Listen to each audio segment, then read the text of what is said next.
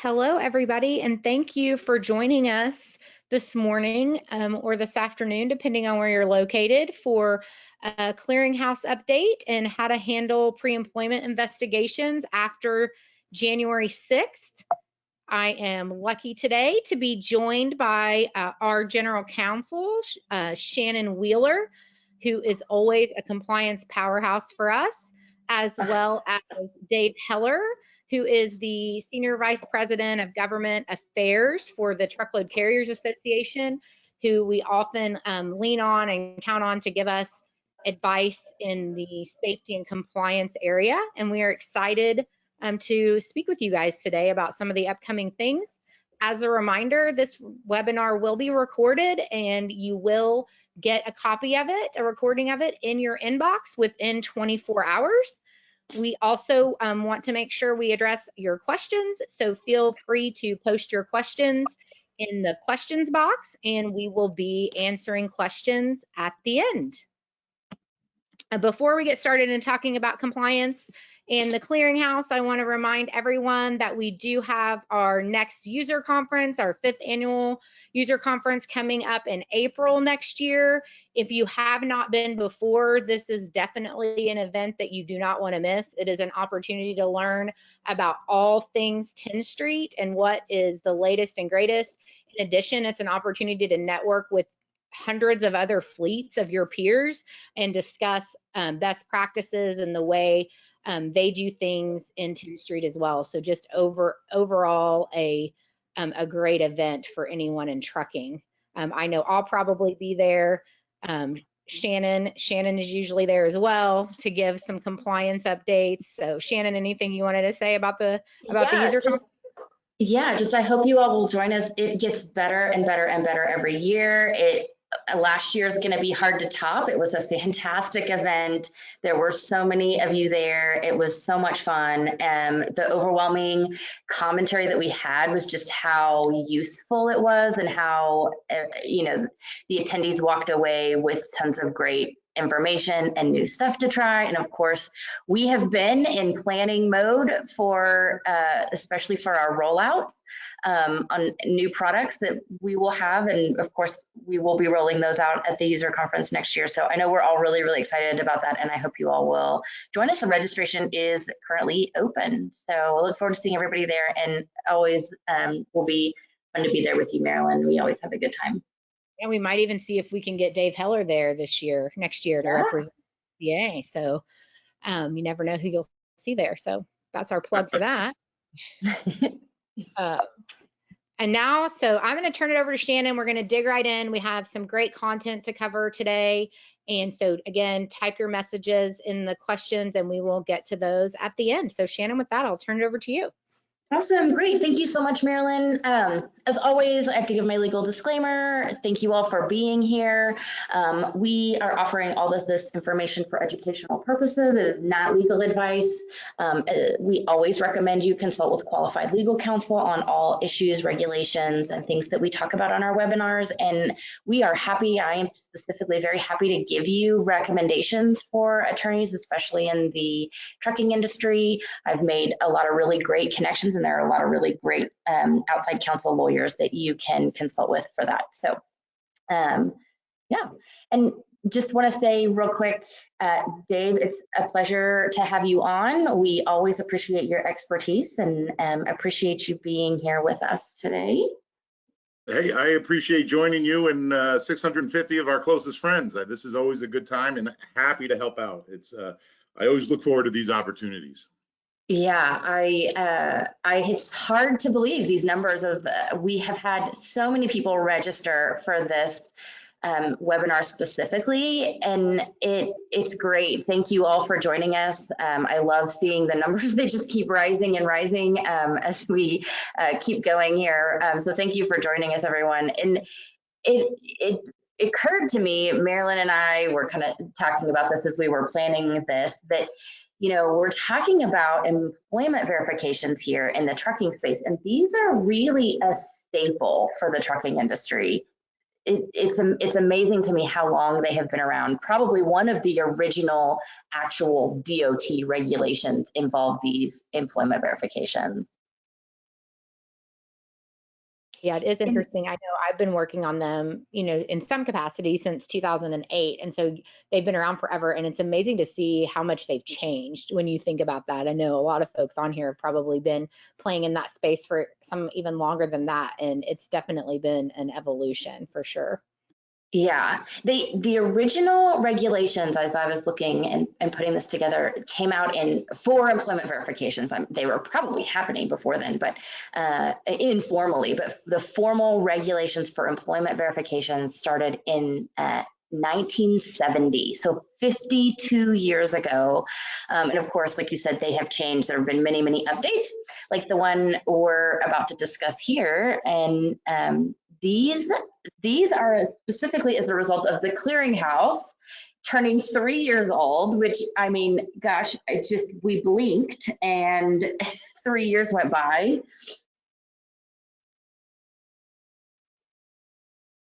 It's crazy. I feel like we were just kind of sitting around in a war room style environment, like watching it happen and seeing what was going to happen those first few days. Feels like yesterday. I know it is definitely the quickest 3 years that I've ever lived through. But here we are. So we did 3 years ago. It seems like yesterday again. We did a ton of webinars around the Clearinghouse. It went live January 6th of 2020. Of course, not long after that, none of us knew it was going to happen, but COVID hit and turned the world on its head. But the Clearinghouse continued on. And so as a recap, I know all of you know this, but I just want to recap it really quick on what the Clearinghouse is. It's an online database. It is administered by the FMCSA, which operates as a central repository for all CDL holder drug and alcohol violations. And it just is another reminder, the records will remain in the Clearinghouse. Anything reported to the Clearinghouse remains there until the return to duty process is complete, plus 5 years have passed since the violation. So that's actually more, eventually will be more information and hold and report more information than employment verifications, which only collect, as we know, 3 years. And then if no return to duty is completed, then those records will remain available in the Clearinghouse indefinitely. So that's just another, little reminder, sort of relevant to what we're talking about today. Of course, as you know, there are mandatory reporting of violations and the return to duty process that's placed on employers and MROs and others in the industry. And then there are mandatory queries of the Clearinghouse, the pre-hire mandatory full queries, which the driver has to log in and consent electronically with the Clearinghouse before you can get those. And then there's the annual requirement, which is a limited check of the Clearinghouse. And it, of course, if there is information available, you have to go in and pull a full query. And then, of course, if there is a positive Clearinghouse result, the driver is prohibited from performing safety-sensitive functions, aka they cannot operate a commercial motor vehicle. So that's just a quick recap of the Clearinghouse. And so then let's dive into what is changing on January 6th of 2023. So the regulations say that because 3 years of data will exist in the Clearinghouse on that date, so that actually the change goes into effect, the morning of January 6th. It's not the day after. It is January 6th is the day that the change goes into effect, because 3 years of data is supposedly going to exist in the Clearinghouse. I don't know how many people were reporting violations on January 6th, but it was definitely possible. What the regulations say is that on January 6th, the Clearinghouse query that you have been doing, that you have been complying with and have been conducting for the last 3 years, will now satisfy the drug and alcohol portion of the employment verifications. So of course, the regulation we're speaking about is 391.23 Section E. That's the section that says you have to request drug and alcohol information, and it's very specific of what information you have to request from a prior employer when you're completing the qualification process on a driver. That specific drug and alcohol portion is no longer required on the employment verification. However, I want to be real clear, you do still have to complete the employment verification for the employment-related information and the accident-related information. So those are the requirements of Section D in 391.23, and those will still remain and be required. And then you must run the clearinghouse, just like you've been doing for the last 3 years, to satisfy that. And I mean, you have to do a full query pre-employment, and that will satisfy the drug and alcohol requirement. That's essentially your requirement to investigate the drug and alcohol history of the driver. So that's it. In a nutshell, that is the regulatory change. It actually removes a requirement for something that you have been doing. And Marilyn, if you'll head to the next slide, there are some sort of edge cases, some limitations on this.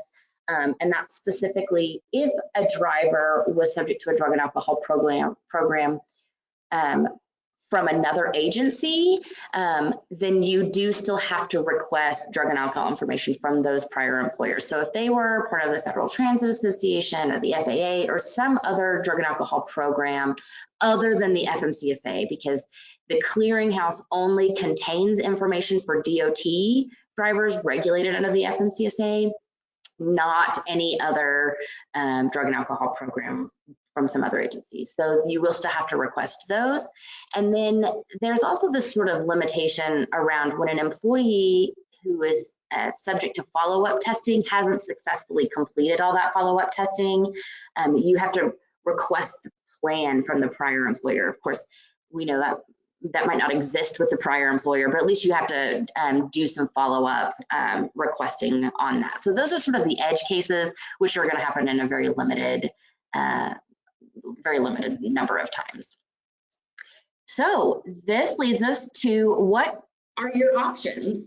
And so, you know, this is where we've gotten a lot of questions. This is where we have been, I know specifically Marilyn and I'm sure Dave, you have also been talking a lot with your carriers, but these are where the options arise of what can you do around this? Well, it's optional. You can still continue to request and you can still continue to provide drug and alcohol information on verifications.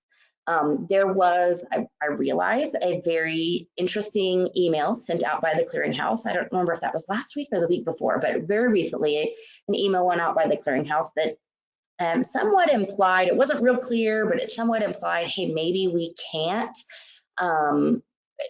continue to request this information on employment verifications. So I want to fill you in. We immediately reached out to the FMCSA. I spoke with David Price, who is the chief of the drug and alcohol program at the FMCSA. He is an extremely knowledgeable, very nice gentleman, and was immediately available and clarified, no, that it will not be prohibited by the FMCSA. The FMCSA was just saying, you have to use the clearinghouse to satisfy the employment verification or the drug and alcohol portion of the employment verification. And that is all they will look at. Was there a clearinghouse query? And if there was, that satisfies the requirement. So it won't be prohibited by either the regulations or the FMCSA to continue to request drug and alcohol information from prior employers. If you want to go above and beyond your regulatory requirement, you can. It also will not be prohibited by the regulations or the FMCSA if you want to continue to provide that information. Of course, you will still need a signed release from the driver. So just keep that in mind. If you are going to still request drug and alcohol information, you will want to have a drug and alcohol release. If you are going to provide drug and alcohol information, you are going to want to make sure that you receive a release and that release does include drug and alcohol information on it. As far as the current release goes, everybody feel free to take a look at it. If you use our system, we can update your information if you would like. If you think there need to be changes made to that, we can always make those changes. That is a release that is fully customizable by you. If you want to request changes, just get in touch with your account manager and we'll easily be able to make those changes. And so in our talks, and Marilyn and David, you guys feel free to jump in here, but in our talks, it seems to me that a lot of carriers have indicated that they will still continue the practice, sort of as additional due diligence above and beyond their regulatory requirements. Is that sort of what you guys have gotten as well? And do you have anything else to speak on around, around doing this and the options that carriers have? Well, Marilyn, I'll jump in here, and I've had a ton of conversations on this already, and quite obviously you generally deal with the beyond compliant type of carrier that says they want to continue doing this, continue doing their request to provide drug and alcohol information from prior employees. The fear is going to be is what is already a situation that at times can be a headache for lack of response to those inquiries.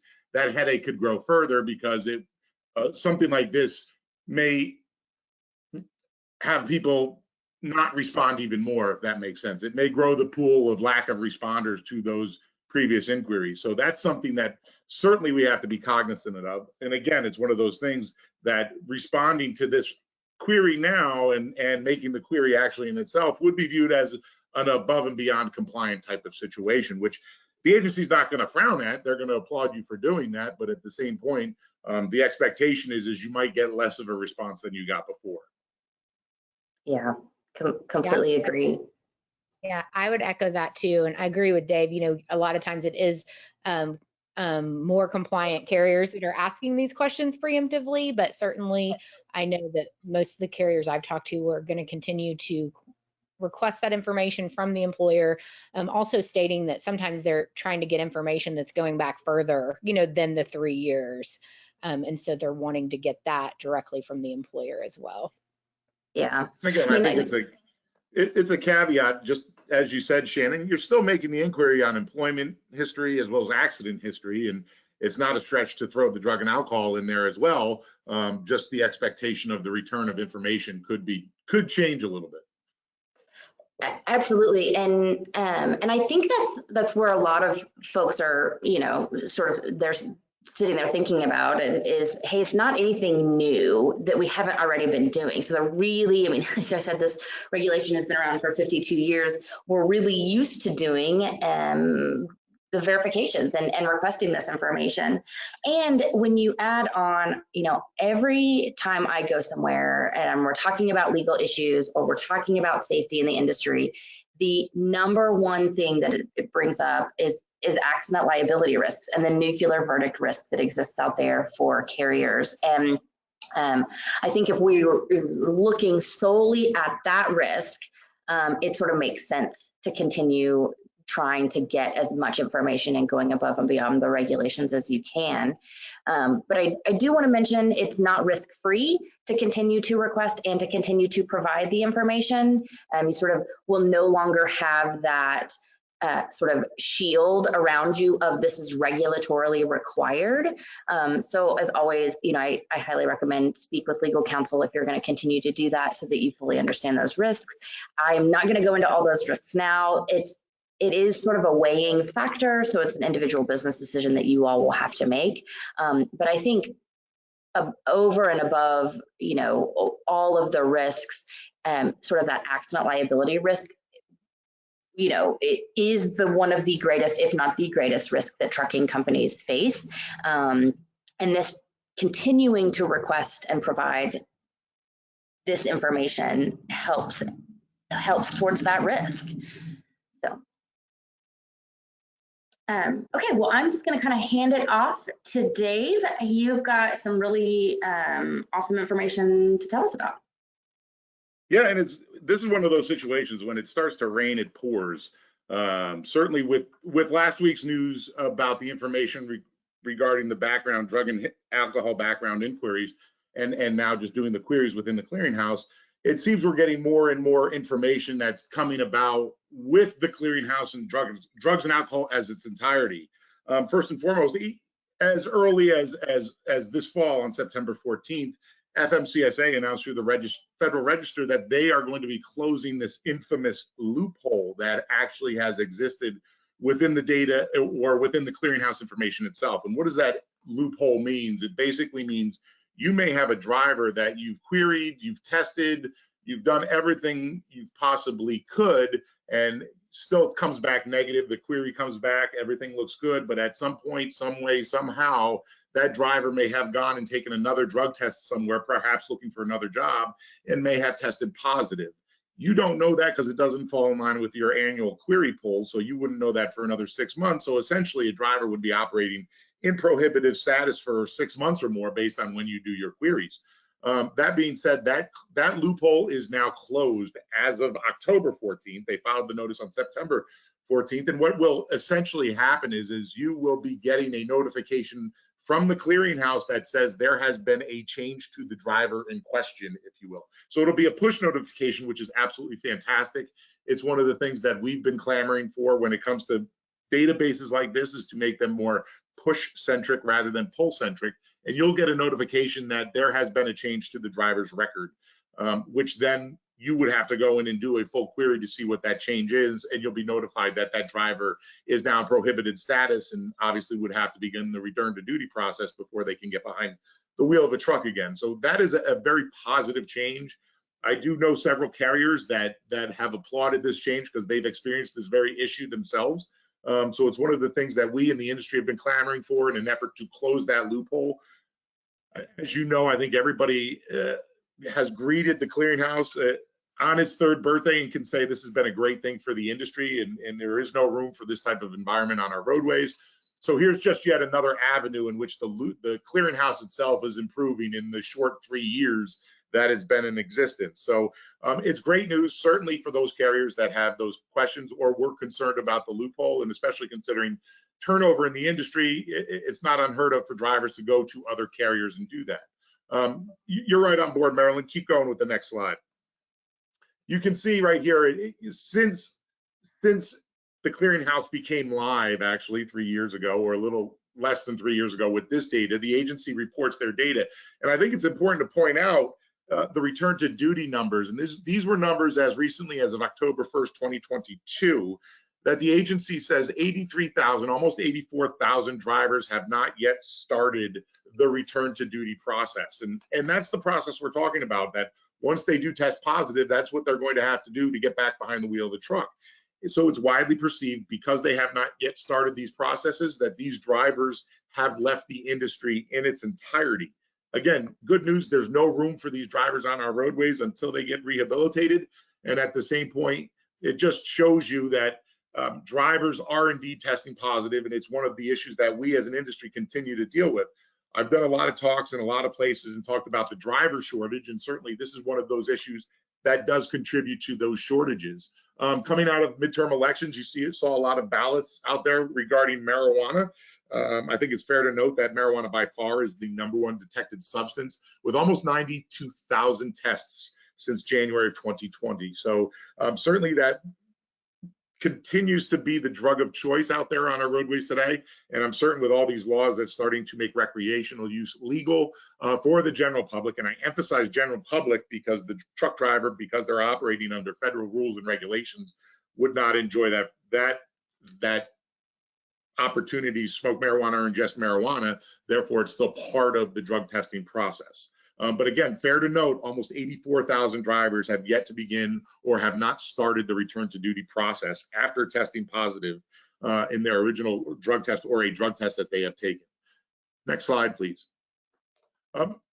With all of these drug testing, there has been an announcement that the agency is looking at incorporating what is called oral fluid testing into the industry. And they issued a proposed rulemaking, if you will, that would put oral fluid testing into drug testing programs. If you don't know this, the Department of Health and Human Services is the department that regulates drug testing programs for the federal government, and in turn for the Department of Transportation, as well as the trucking industry in its entirety. So this is one of those issues where FMCSA is not involved in the testing program or the design of the testing program. This falls back to HHS, and as a result, HHS has actually issued a proposal to allow oral fluid testing as an alternative to urine-based tests.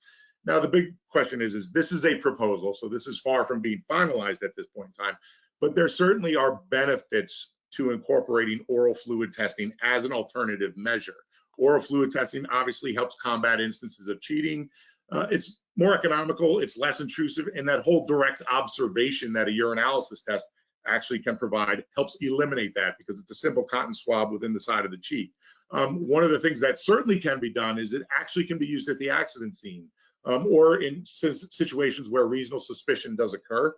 Certainly it does not immediately determine whether that driver would be under the influence, operating under the influence, because as an industry, we still don't have a test that would determine whether or not a driver is under the influence of drugs, but it will determine whether or not there are drugs in their system. So it can be used at the accident scene, whereas urinalysis generally cannot. Next slide, please. It's fair to point out that there are certainly benefits with oral fluid testing, and Quest Diagnostics has provided some of their data dating back to 2020, showing the differences between urinalysis and oral fluid testing and its ability to detect more drugs or a higher prevalence of people using drugs within their system, or in the test that they included within the general US workforce or safety sensitive workforce. You can see there's a massive difference, right? 8% difference between the two, 5.5% to 13.6%, 5.2% to 13.9%. So using oral fluid testing certainly has its benefits for determining the prevalence of drugs in the system of someone who may have possibly used it. So this is one of the bases in which HHS has issued its proposed rulemaking on this issue.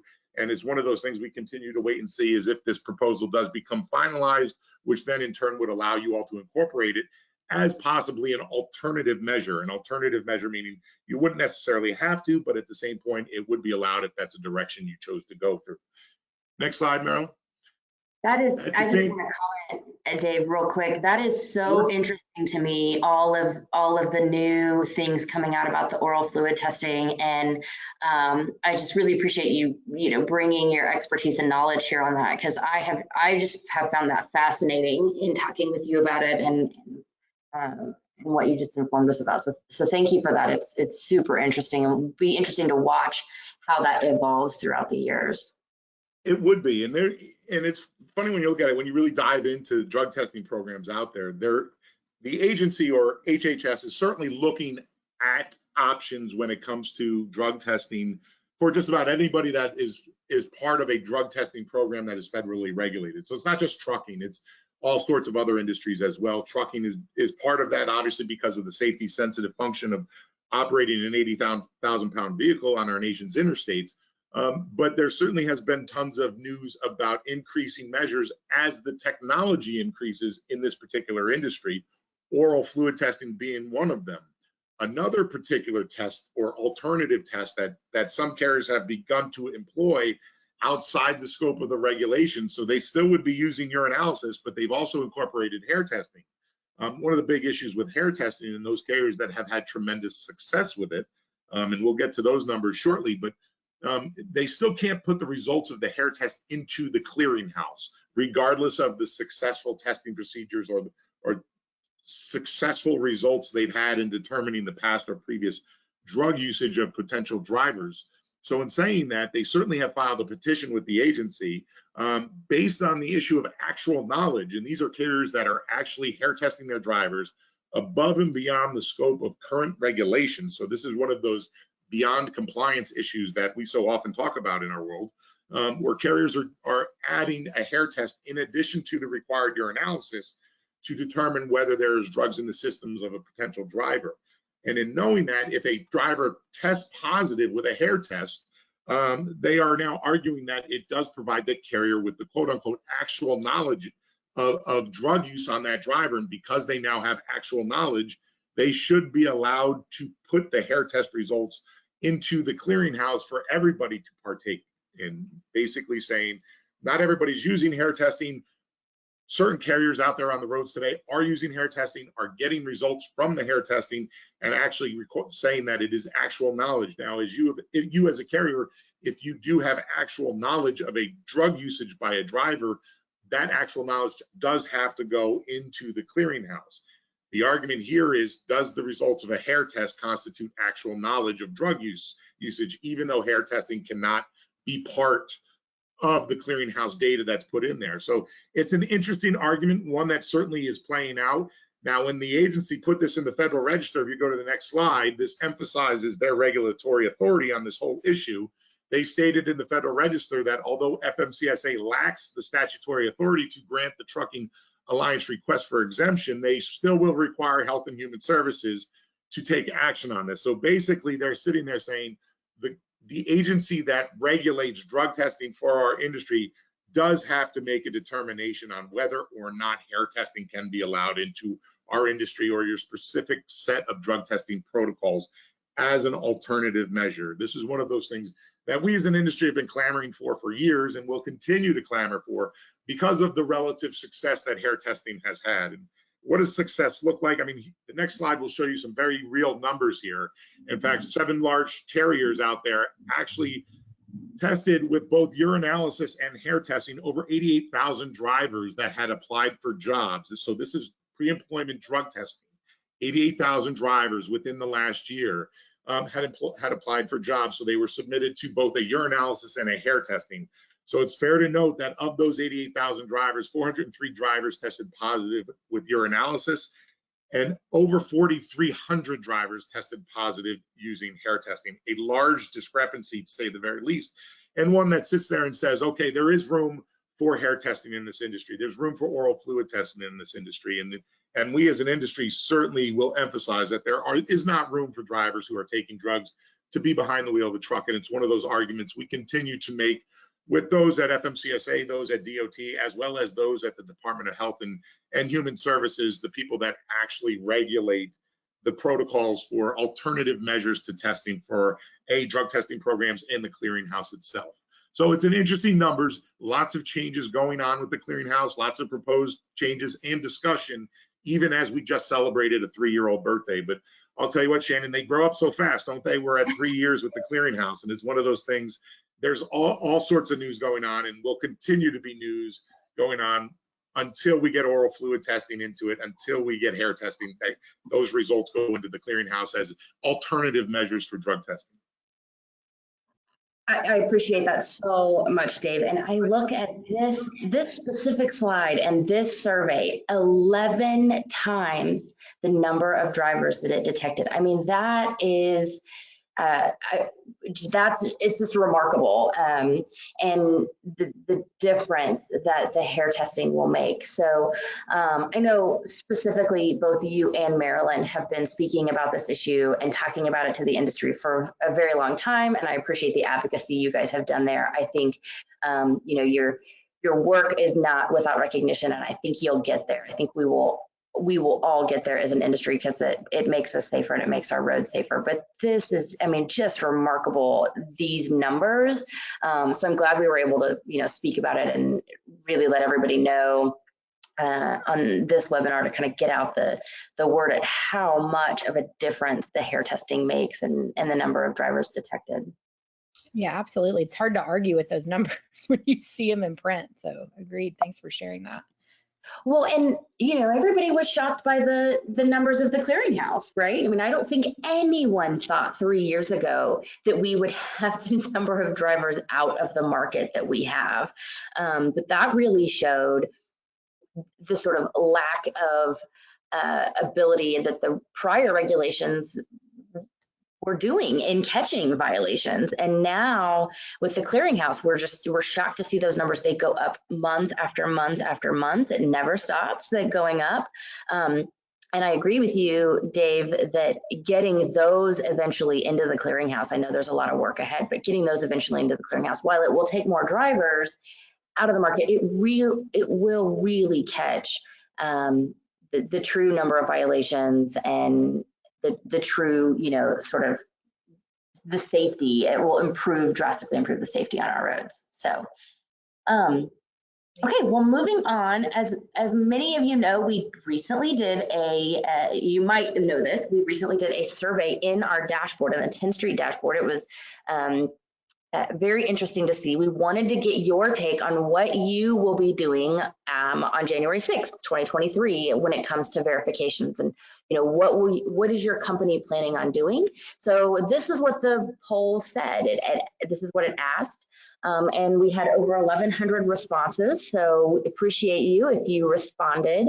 But these were the results, and I find it really interesting. We are couple of months out before the January 6th deadline of, hey, what are you going to do? And so an overwhelming majority said, I'm not sure. 42% of the responses to our poll said, I'm not really sure yet what I'm going to do. So I know we're kind of just now starting to put out information, just now starting to talk about it. So you all are clearly preparing is what it looks like. But the great news was that the next biggest category was 38.9%. So essentially 39% said they're going to continue requesting drug and alcohol information. And I love hearing that. I think that's, an indication that people want to still get this information, that they think it is still very important, that it does its job of reporting violations, and that carriers talking to one another is, one of the best sources of information. We did have 7.8% say that they would no longer request, and 11% said that they will no longer request and would no longer provide. So that's how the numbers are shaking out now. I certainly understand and know that these numbers will completely and entirely change as we get closer to January 6th, and as you're having internal conversations and sort of deciding what you all are gonna do. So keep us up to date, keep us informed. I know Marilyn and I want to know. Marilyn is sort of our, I always say, where in the world is Marilyn Surber, because she is traveling so much to all sorts of shows, and she's our rock star. So I know she will be talking to you. If you see her out at shows and stuff, please let her know. And then I know, Dave, you will be talking with people. But is this sort of what you're hearing in the market? Or chime in here, guys. What do you think? I'll tell you, I hear a lot of the 42% message that I'm not sure what I'm going to be doing. So honestly, what I'd be really curious to see is if you did this same survey on February 6th and see what happens a month into it, or a year from now, and see what this looks like. Will that 38.9% change, and will it drop down, that they'll continue requesting or have stopped requesting altogether? So I'm curious what the change would be in a month after this is implemented, or even a year from now, and see what it looks like. It's interesting that you say that, Dave, because I agree with you. And I was talking with Steve Bryan at ATA to say, well, what is Blue Wire going to recommend, when they're going through and reviewing this stuff for carriers? And he said, well, it depends on if plaintiff attorneys pick up on this and start using it in nuclear verdict cases. And so interesting to see how that kind of plays out in the courtroom, and if this is something that attorneys latch onto and try to hold against carriers. There is always that big threat of litigation. There's no doubt about that. So certainly that will play into it. Yeah, absolutely. And I agree, Dave, at Tenstreet, that it feels like we are very data driven. We are always, looking at the numbers for everything. If you ever hear Tim Crawford, our CEO, speak, he always has a chart of some sort with numbers on it. We are very data driven. And so I will likewise be interested in a month after, I would even be interested in like January 1st, right? Or January 2nd, because nobody wants to be bothered on New Year's Day. But what does it look like? What are the plans then? And then a month later, hey, what are people actually doing? And then even a year later, I mean, it'll be interesting. I'm looking forward to seeing what the change is here. And so speaking of the change, let's talk about Tenstreet's Exchange Network. I apologize, hope you all can't hear that. There is a emergency vehicle going right outside my window. Okay, sorry about that.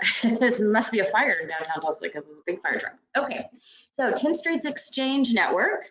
No surprise here, the Exchange Network is the #1 place to get the industry's verifications. We process about half of the industry's verifications through the Exchange Network. It is a very popular, very easy to use product.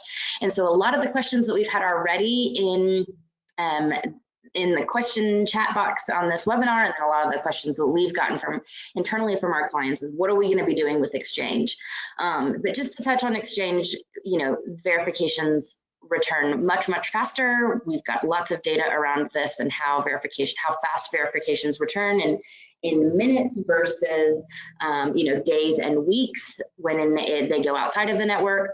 Of course, we automatically store all the requests and the data information that comes back for those requests, along with the releases within the dashboard for your records, as we know that that's part of the regulatory requirement, is to keep a record of all those requests and to keep the release. And then of course we automatically store, if you use us to provide, if you're a network provider, which thank you to all our network providers, you're what make the network successful. If you use us, we make it really easy for you. We store that information that you've previously provided on an employment verification to make it really easy for that next request. I can't remember the specific numbers, but I think it was something like after a driver leaves the employment, it's something like 24, maybe 26 times that an employer will provide an employment request for that driver after they leave. So that's a lot to deal with, right? If you're getting those by fax and manually filling those out. So we make it really easy. That information is already stored right there in the system to provide that. And of course, then we make it really easy to monitor all your requests for your drivers. We highlight gaps, and then we can keep all of the records for your DQF. So our Exchange Network is really, really powerful, and it really makes the process of employment verifications very, very simple for you. So what are our planned changes? I know that's the big question. And the #1 thing I want you to know is that we will continue to support the requesting and the providing of drug and alcohol information on employment verifications for carriers that choose to request and choose to continue providing. So in other words, if you plan to continue to request and you plan to continue to provide drug and alcohol information, it will work exactly as it does today, no changes. So for those of you who had that question, that is where we stand. We will continue to have that available, even though it's no longer regulatorily required. You will still be able to complete that with an Exchange. However, next slide, Marilyn. If you do plan to no longer request drug and alcohol information, as it will no longer be required to meet your regulations. For those who say, nope, we're not going to request it anymore, there's a couple of options for you. There will be a new master exchange control setting. So primary users, you will be able to come into the system, and it will be sort of terrible at software development terms, so apologies, don't hold me to any of this on what it will actually look like in the system. But there will be essentially the ability to turn off the requesting, so none of your users will be able to request drug and alcohol information on any employment verifications, and that will be across the methods. So no more network requesting, fax, email, or otherwise. So if you as a company say we are no longer going to request, we will make that available in the system and accommodate that desired, and you will be able to turn it off to where that cannot happen and you cannot request drug and alcohol information. Of course, just like today, you can choose not to request the drug and alcohol information at the subject level, just how you see it in the system, and you can check the little boxes. You would just not check the box for the drug and alcohol information, and then of course it won't request that. If you use our auto requesting functionality, which is really incredibly powerful functionality, we will incorporate that into the master exchange control setting. So essentially, if the master exchange control setting is set to off, meaning you do not want to request drug and alcohol information, the auto requester will only auto request employment and accident info. But if the exchange control is not set to off, then it will continue to work as it does today. And so your auto requester will send out a request for everything. However, as we know, and we'll get to on the next slide, providers might not continue to provide drug and alcohol information. And so if the provider is not providing drug and alcohol information, of course that won't return, but it will still make that request.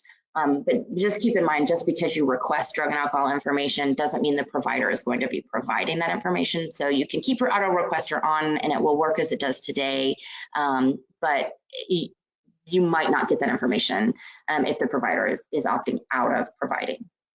So if we switch over to the provider side, if you, for our network providers, decide, no, we are no longer going to provide drug and alcohol information, there will also be a new master exchange control setting. So this is available for primary users. You can go in and turn it off. And what that does is it will turn off the ability for companies to provide, so you will no longer provide drug and alcohol information on any network verification request. That control setting actually will do is it will not allow a requester to request drug and alcohol information from you.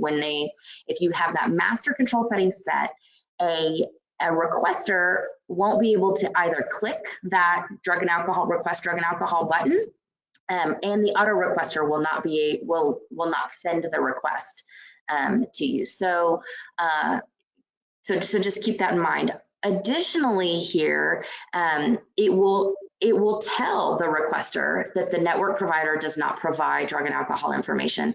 And on the ultimate report that comes back, it will indicate that the network provider does not provide drug and alcohol information. So what that's saying, and then this is really a great tool for purposes of keeping record, is if a requester wants to request it, it is going to report back to you why you do not have drug and alcohol information on that report. So now since it's not regulatory required, there's sort of this,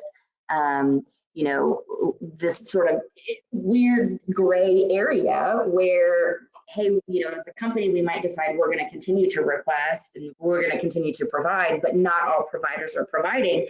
And so this will allow you to keep track of why you don't have it on there, even though as a company you've decided to continue to request this information. So I think that's a really important feature for everybody who likes to make sure everything's very well documented.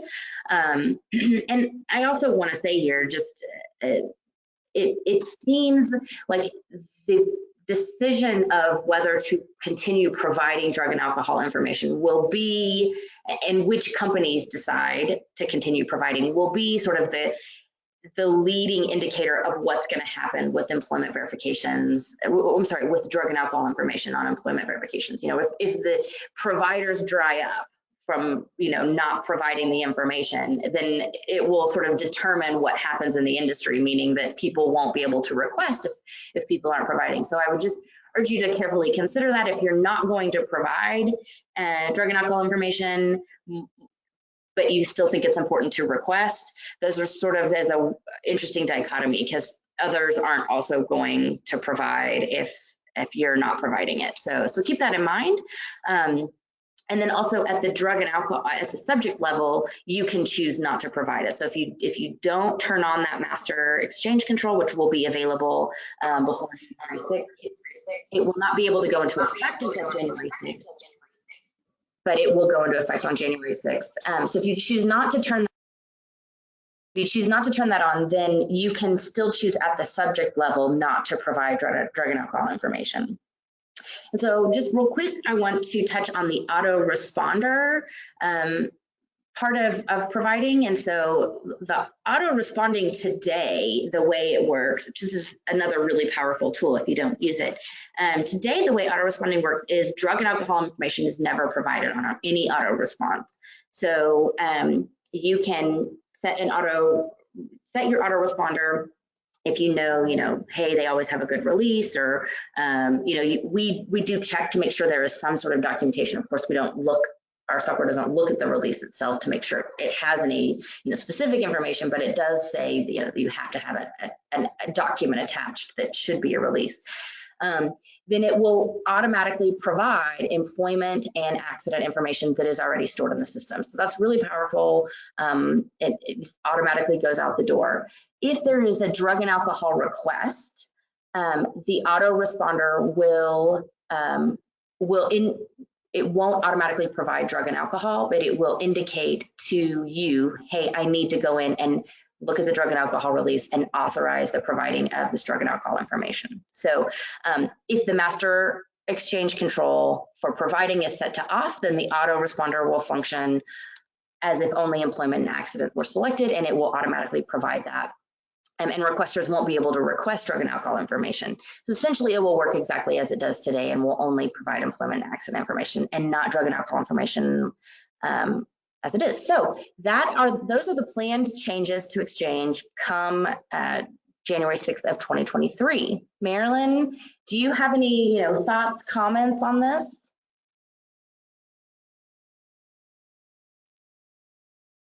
Let me take myself off mute there.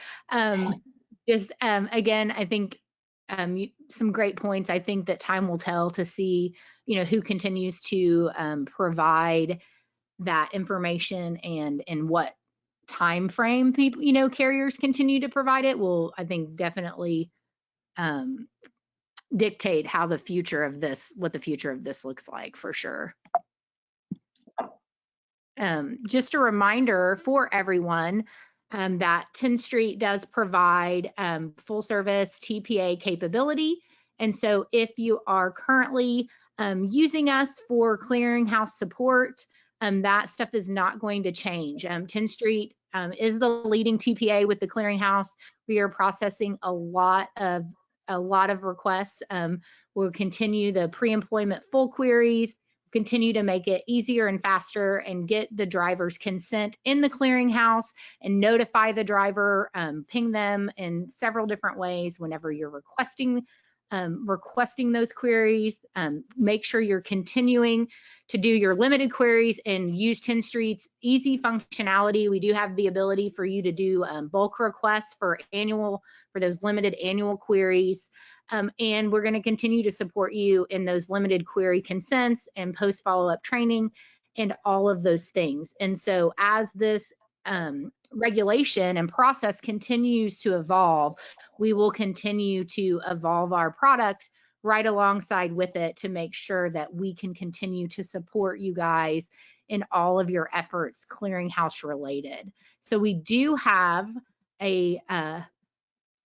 Shannon's going to give us a reminder of documentation. Sorry, I got ahead of myself. And then we have a lot of good questions. And so we are going to go on to some quick questions and answers that I think will really close the loop here for everyone. Yeah, I agree. We have a ton of questions. So I'll quickly go through the documentation so we can dive into those. Yeah, essentially, just as a reminder, don't forget on your driver qualification file requirements, you must continue to retain completed employment verifications during employment or the contract period, plus 3 years beyond that. You must continue to obtain the driver's written authorization to obtain that employment verification. Remember to also retain all your records of each clearinghouse query and all information received in response to those queries for 3 years. And then you also have to retain the limited query consent form for 3 years after you get that in place or after you run your last limited query. Don't forget also for just in general, your drug and alcohol administration of your program, you must maintain for 5 years. And then I always like to make sure everybody understands their adverse action requirements.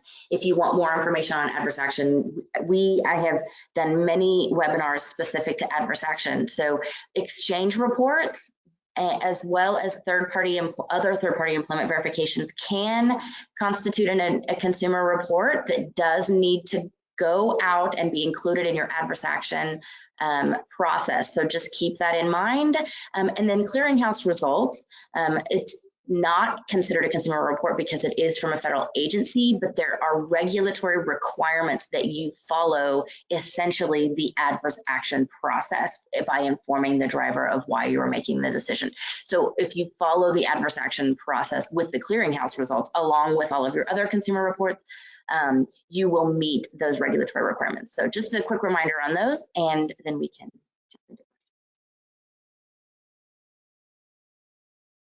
Awesome. Thank you guys very much. Okay, well, let's dig right in here to the questions. Starting with if they are running previous employments through Tenstreet. We've kind of talked about that, how all of those things are going to be verified. Are we planning on updating our standard language in the signed release on the Intella app specifically for drug and alcohol requests, or will we be leaving that strictly to carriers, Shannon, to review and update? At this point in time, I will tell you, I have sought some outside counsel advice on this, and we have not gotten a final response to them. Of course, I cannot provide you with legal advice, but when my initial review of it is it looked okay. It's still telling the driver, I think if you're going to still request drug and alcohol information, and there's a chance based on sort of those edge cases that you will still need to request drug and alcohol information, I think it tells the driver exactly what the driver needs to know and gets that authorization. And there wasn't any overwhelming concern that I had with our current standard release.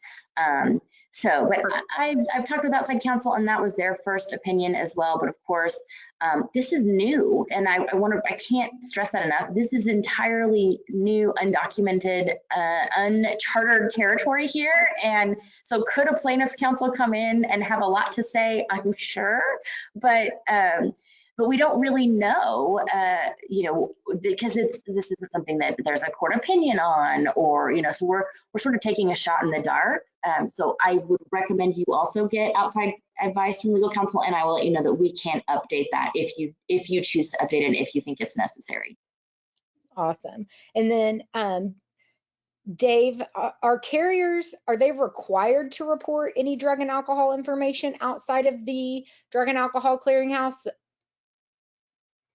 if requested by the employer?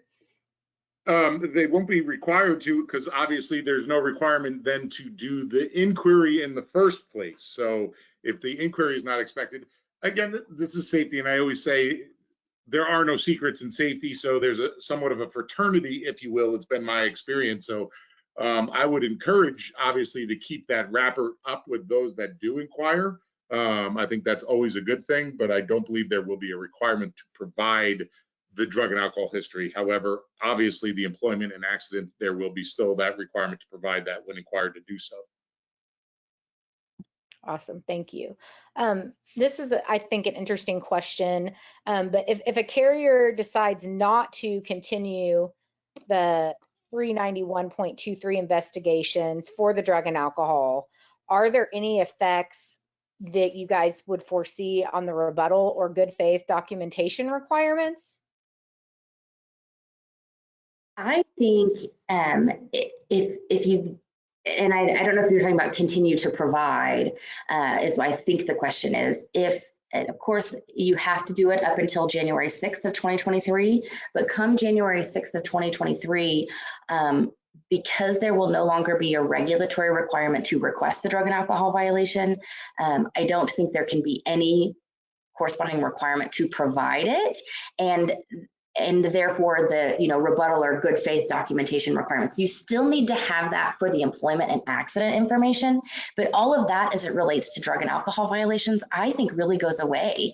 I don't think the FMCSA is going to be looking at that for drug and alcohol information. I don't think that, hey, we can report a carrier for not providing this information when it comes to the drug and alcohol information will still be out there. I think that all goes away on January 6th of 2023 relating to the drug and alcohol portion. Cool, thank you.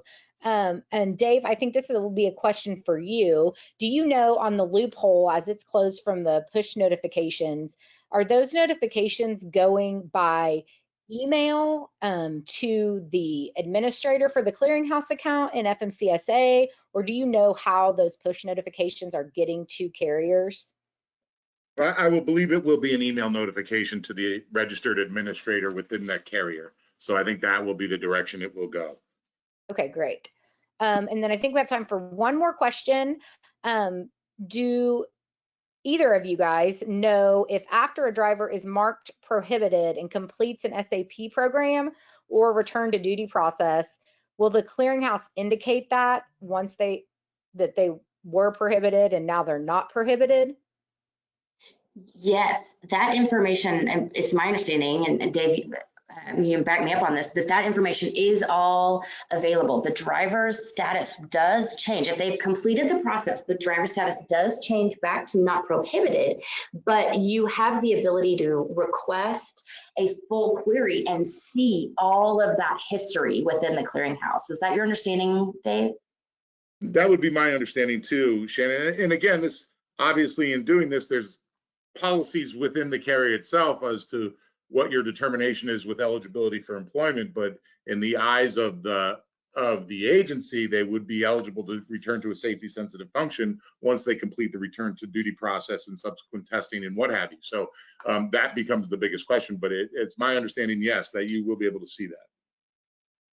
Thank you. And then I said one more, because this is for owner operators.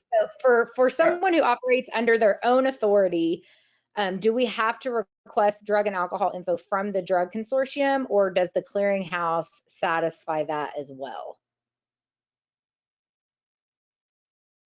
My understanding is that the clearinghouse satisfies that, the drug and alcohol portion. Of course, you still do have to do the, well, and the circumstances here sort of could change based on some surrounding factors, but you would still have to do the accident and employment information, but the clearinghouse would satisfy it. Dave, am I understanding that correctly?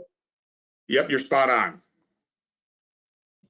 Awesome. Well, thank you guys so much for this full hour today. We did not get to all your questions, so we will address them and get those answers out to you guys so that you have the information. And just as a reminder, you will get a copy of this recording in your inbox in the next 24 hours. You can reach out to Shannon at shannon.wheeler@tenstreet.com or me at marilyn.surber@tenstreet.com. And Dave, what's your email address? They can find me at dheller@truckload.org. So if you have any further questions, feel free to reach out to any of us. We really appreciate you joining us today, and happy compliance in the new year. Yes, thank you all so much. And Dave, thank you so much. We really appreciate having you here. Happy to do it anytime. Thanks, guys. Thank you. Bye-bye.